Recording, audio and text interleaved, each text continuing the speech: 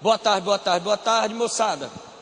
Primeira dica que você tem que anotar. Ó, bota aí no cantinho, aqui em cima tem um espaço para você anotar. Antigamente, a gente usava a seguinte expressão. Beleza.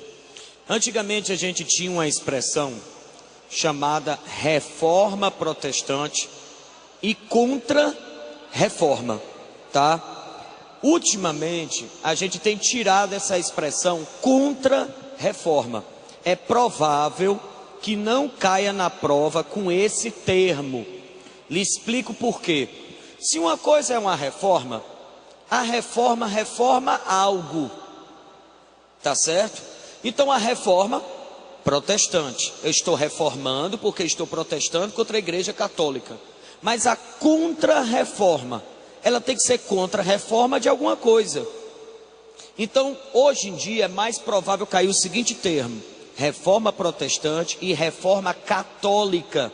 Se cair assim, sobre a reforma católica, então ele está se referindo à contra-reforma. Estou lhe dando essa dica para no dia da prova não acontecer, de você ler rápido e ter lá, sobre a reforma católica. Aí você, como foi acostumado com os livros, a ler que reforma é protestante e contra-reforma é oposição, ao ler reforma católica pode acabar marcando o item como se fosse reforma protestante.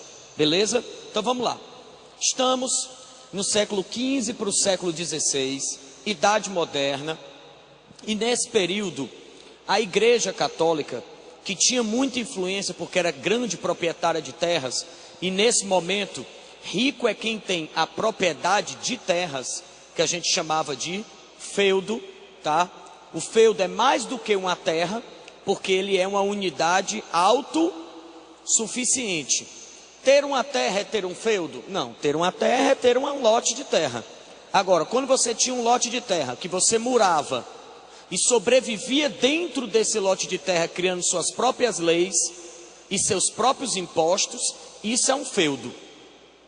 Como durante muito tempo a Europa ficou em isolamento, a igreja ficou com um poder de influência muito forte, e ela tinha a preocupação de ler e de transmitir leitura entre os membros do clero. Poucas pessoas sabiam ler, ela sabia latim, então ela tinha acesso a documentos antigos. Os membros da igreja sabiam grego, tá? Então também tinham acesso a documentos antigos. Todos esses fatores fizeram com que a influência da igreja fosse extremamente forte.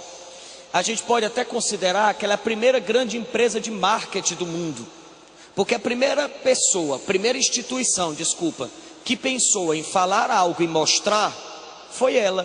Vamos pensar que a igreja fosse esse prédio. O que é que a gente encontraria na Idade Média? Vidros com os desenhos, quadros com os desenhos referentes ao cristianismo. Que é coisa melhor do que ensinar uma pessoa uma história onde você vê, tá? Quando você tem a oportunidade de, por exemplo, fazer um passeio pelo centro de Fortaleza com um professor, que ele te explica, ó, esse prédio foi isso aqui aconteceu isso, você nunca mais esquece, porque você está vendo. Tu imagina dentro da igreja eu estar falando sobre o cristianismo e eu olhar o quadro, ó, olha como Jesus foi crucificado, olha aqui a via sacra, olha como é que se pensava a imagem de Deus. Então isso funcionou muito, e durante anos ela teve um monopólio sobre a religião praticamente dentro da Europa. Quando surgiu o século XVI, nós temos uma nova classe social chamada burguesia, tá? A burguesia tem esse nome porque ela sobrevivia de uma área chamada burgo. Quem faz comércio é comerciante. Por isso que na história antiga a gente tinha comerciante, mas não tinha burguesia, porque ainda não havia sido criado o burgo. Tá certo? Beleza? Então a burguesia, ela precisava mudar a maneira como a sociedade via o comércio. Havia uma condenação sobre o lucro. Se você pegar um trecho bíblico, ele diz bem claramente que você deve viver do fruto do suor do teu rosto. Então, durante a Idade Média, a concepção católica era o seguinte: você pode trabalhar e pode vender, mas quando você vender um objeto, você só pode cobrar o preço do objeto, o equivalente ao quanto você gastou para fazer. No capitalismo, a gente cobra o objeto pelo valor real? Não, jovem. Vamos pensar em indústria. Vocês têm noção de quanto é uma blusa da Nike? Produzidas na Guatemala, Vietnã, tá certo? China. Sabe quanto é uma blusa da Nike? Para produzi-la, em média, o custo de produção gira entre 50 e 70 centavos por blusa. Aí eu vendo esta mesma blusa da seleção brasileira por R$ 200. Se ganhar a Copa, 240 pela lei de oferta e procura. Tu tem noção do que é tu pegar um objeto de 70 centavos e vender por R$ 240? Se teve uma coisa que a indústria fez, foi fazer o capitalismo se sentir bem à vontade. Porque finalmente a gente vai ter capitalismo, que é acumular capital. Na Idade Média era assim. A igreja orientava da seguinte forma: se este relógio foi gasto R$ 80 para fazer, eu vendo por quanto? 100, que é o custo de ter feito ele, mais o meu trabalho de vendê-lo. Eu vou vender por 160, que já é o dobro? Não, isso está errado, porque você está vendendo pelo preço que ele não é. Você está vendendo pelo preço real. E se a gente parar para pensar, todo comerciante, ele se aproveita do consumidor, não é não? Se o consumidor estiver desesperado, Ave Maria, aí é que ele vende caro mesmo. Imagine você comprar o ingresso de um show, ou melhor, você ir comprar o ingresso de um show que todo mundo já comprou. Está na mão do cambista. Já viu, né? O ingresso era 80, na mão do cambista é 200. Você vai dizer, absurdo, mas vai ter gente que vai pagar porque não quer perder aquele evento. Então, como o comércio era limitado, a burguesia pensou na possibilidade de fazer com que as pessoas achem que ganhar dinheiro não é pecaminoso. Só que o problema é que ela ia ter que mexer com a igreja. Falar mal de uma instituição tão poderosa não ia dar certo. E aí eu quero que você anote a segunda observação para você ser feliz, para você hoje ganhar um presente, maior presente de todos, chamado informação, que ninguém nunca vai poder tomar de você. O ladrão vem e leva sua carteira, seu celular, mas não toma a sua informação. Quando o ladrão levar seu celular, diz: sim, mas o professor Miquiles me disse uma coisa que você nem vai saber, que eu não vou dizer. Você pode levar meu celular, mas não leva o que ele me disse. Você não assistiu a aula, tá certo? Hashtag partiu. Pode ir. Bote aí a informação, ó. Pronto? O Tribunal da Inquisição. O Tribunal da Inquisição foi criado no século XIII. Foi criado no século XIII. Portanto, antes da Reforma Protestante. Ok? Ele é anterior à Reforma Protestante. Pronto, é só essa observação. Ele já pode levar seu celular. Se você quiser já marcar ali na esquina, tá certo? Beleza? Por que eu disse isso? Porque tem aluno que acha que por causa da Reforma Protestante a igreja criou o Tribunal da Inquisição. Não, já existia. Isso ajudou que as pessoas tivessem medo de se opor à igreja, tá bom? Então, como a burguesia pode criticar se ela vai ser punida pelo Tribunal da Inquisição? E infelizmente, durante todo o período de existência do Tribunal da Inquisição, durou quanto tempo, professor? Do século XIII até o final do XVIII. Qual foram os 3 países que tiveram mais Tribunal da Inquisição? Portugal, Espanha e Itália. Por isso que a nossa religiosidade ela é tão conservadora, tá? Porque a gente é influenciado por Portugal, beleza? Então, como a burguesia poderia fazer isso? Sabe qual é a melhor maneira de você fazer uma crítica a uma instituição poderosa? Quando alguém da própria instituição faz a crítica. Quando um jornalista critica os políticos, tem um impacto. Mas quando um político denuncia eles mesmos, o impacto não é maior? Então, se alguém da igreja denunciasse a maneira como ela agia, seria mais forte para a gente mudá-la. E vai surgir um cara, tem que ser um cara que tem que ser duas coisas: A, corajoso, porque ele vai ter que enfrentar o tribunal da Inquisição, e B, revolucionário. E se tem um cara que era assim, era um menino chamado Martinho Lutero. Lutero, ele é a cara do século XVI. Sabe o que as pessoas pensavam no século XVI? Eu posso mudar o mundo. Sabe aquela história, andorinha só não faz verão? Pois no século XVI, os europeus achavam que andorinha só fazia verão, outono, inverno, primavera e mormaço. Porque eles acham que podem mudar o mundo. Você acha que Colombo não acreditava no que dizia? Que Cabral não acreditou quando trouxe a esquadra para cá? Eu estou falando aqui para vocês e eu não sei se o que eu estou falando vai ajudar quantas pessoas aqui. Eu perco a noção. Não são só as que estão aqui, porque às vezes você aqui passa a informação para outro. O Lutero acredita que pode mudar a igreja. E ele é inocente de achar que ele está fazendo isso sem ser criticado. Como ele era um padre muito devoto, tá? Quando ele era jovem, ele era tão devoto que ele era aquele que achava que tinha que se martirizar quando pecava. Quando ele achava que pecou, ele já se castigava, porque pensou que podia ter pecado.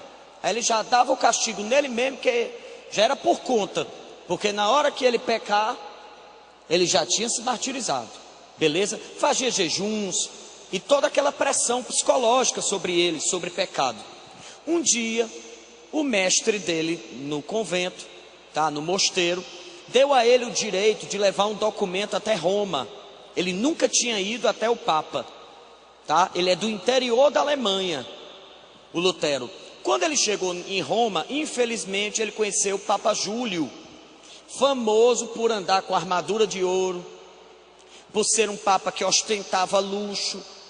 Ele viu objetos sagrados sendo vendidos, pedaços da cruz de Cristo, ossos de figuras santas, tá? Ele até relata no livro dele, depois das 95 teses, que ele contou 4 fêmurs no corpo de Pedro, de São Pedro. Então ele viu coisas que o magoaram. Aí o que é que ele fez? Ele terminou os estudos dele, com a ajuda dos mestres dele, e aí ele virou professor na universidade na Alemanha, professor na universidade cristã, mas ele questionava o Papa, ele questionava a igreja. Como era no interior da Alemanha, ninguém sabia que ele estava fazendo isso. Até que um dia chegou um rapaz, um nobre, dentro da cidade dele, para vender objetos sagrados.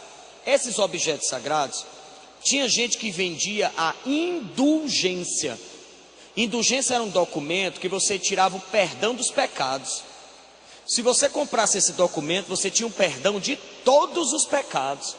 Todos, né? Os que você cometeu não, você nem fez ainda. Pecado pré-pago. Tá certo? Você já estava perdoado. E essas pessoas na Alemanha acabaram comprando esses objetos. O Lutero não aceitou e disse para todo mundo devolver e pegar o dinheiro de volta, que aquilo ali era falso. Vixe, esse cara tinha forte influência com o Papa. E o Papa mandou o tribunal da Inquisição saber quem era o Lutero. Quando ele foi questionar quem é esse professor que está falando mal da igreja, o mestre do Lutero e a nobreza alemã protegeram o Lutero. Disseram para o Papa: não, tenha calma, que ele se excedeu, tamanha é a fé dele que ele acabou pecando. Dê uma segunda chance a ele. O do Papa veio com a seguinte missão: perdoá-lo, com uma condição: se Lutero se ajoelhasse na frente dele e pedisse perdão. Lembre-se que na Idade Média ficar de joelho era um ato extremamente sério. Se você ficou de joelho na frente do outro, é porque você disse que o outro é superior a você. Bastava o Lutero ficar de joelho, pedir perdão e não falar mais nada. Beleza, marcaram a reunião, lá veio um enviado do Papa, lá vai menino Lutero. E o mestre do Lutero: Lutero, não fala nada. Pede perdão de cabeça para baixo, fica em formato de cruz. Quando ele mandar tu se levantar, tu fica de joelho. Não fala nada. Lutero, deixa com nós. Partiu Lutero para a reunião. O enviado do Papa chegou, lá estava Lutero, formato de cruz, de cara para o chão. O enviado do Papa falou com ele, disse que ele podia se levantar, ele ficou de joelho, escutou tudo e pediu perdão. Aí o enviado do Papa perguntou: você tem mais alguma coisa a dizer? Ele disse: eu tenho. Não era para ter dito nada. Eu queria saber onde foi que eu errei. Porque se você me mostrar onde eu errei, eu peço perdão. Agora, se você não me mostrar onde eu errei, eu estou pedindo perdão porque fui obrigado. Aí o enviado do Papa ficou indignado. O que é você? Você, Lutero. Não. Agora a sua chance acabou. Continue do Lutero. O enviado do Papa vai dizer, e quando ele voltar, Lutero vai ser condenado agora no tribunal. De novo a nobreza veio protegendo Lutero. Na turma do deixa disso: não, mate o bicho não. Ele não fez porque quis não. É inocência. Faça o seguinte: se for para ter o julgamento, faça o julgamento na Alemanha. Aí o julgamento foi na Alemanha, ó. A população gostava do Lutero, tá? Tinha uma admiração por ele. Então no dia do julgamento, a população estava por ele. Tinha um grupo com os cartazes, tá certo? Lutero, estamos juntos. Vamos que vamos, tá certo? Tem esses aí, como é que faz o vamos que vamos aí no cartaz? Ah, garoto, tá certo? Essa aí é a primeira linguagem de sinal que eu aprendi, vamos que vamos, tá certo? Tinha o pessoal, vai ser difícil para tu fazer agora, que é em alemão, nós estamos na Alemanha, né? Então para falar em alemão você coloca alguma coisa e termina com hambúrguer. Que vai dizer, vai hambúrguer, que esses burger, que hambúrguer, que queria dizer: Lutero, estamos aqui, tá certo? Estamos juntos. Na hora do julgamento, Lutero, óbvio, foi condenado. É aí onde surge o protestantismo, porque ele bate na mesa e diz que protesta contra a decisão. Não aceita ser condenado. Ele foi excomungado, afastado da igreja, e ia ser condenado, tá certo, à prisão. Os nobres fugiram com Lutero, houve uma confusão, a população quis pegar os membros da Inquisição. Lutero foi afastado, escondido. Enquanto Lutero se escondeu, ele traduziu a Bíblia para o alemão. Primeira vez que a Bíblia é traduzida para uma língua europeia. Porque antes ela foi traduzida para o latim. O latim é de Roma, Europa. Então pela primeira vez nós temos uma língua europeia. Depois que Lutero traduziu a Bíblia, e é bom lembrar que nesse momento já havia a imprensa, a Bíblia se tornou um dos maiores best-sellers de todos os tempos, junto com o Alcorão, os livros religiosos, né? Então a Bíblia se tornou muito mais popular e as pessoas começaram a entender o que estava escrito na Bíblia. Essa era a intenção de Lutero, fazer com que as pessoas entendessem o que estava escrito, porque era proibido ler a Bíblia se você não fosse membro da igreja. Ele estava fazendo com que as pessoas pudessem ler. Só que a população tomou as dores do Lutero. Enquanto ele foi preso, teve gente que foi na rua invadir as propriedades da igreja, ó, querendo destruir tudo. O nome desse movimento: anabatismo. Tudo junto. Anabatismo. O anabatismo foi um movimento dos camponeses na Alemanha querendo se vingar porque Lutero foi condenado. Quando Lutero não estava nem sabendo disso, estava afastado, né, dentro, escondido, traduzindo a Bíblia, chegaram para ele a nobreza e disseram: olhe, por sua causa as propriedades da igreja estão sendo tomadas, tem gente que está sendo morta. E Lutero, ele não era contra a igreja, ele queria mudar a igreja e não destruí-la. Ele queria tirar aquilo que ele condenava, tirar aquilo que ele considerava errado, mas ele não quer o fim da igreja. Ele era padre, jovem, tá? Então, inclusive no livro dele, onde ele critica a igreja, ele critica, mas depois ele pede perdão no final do livro. Ele faz a crítica e pede desculpa se tiver errado. Ele não é um destruidor da igreja, ele era um reformador.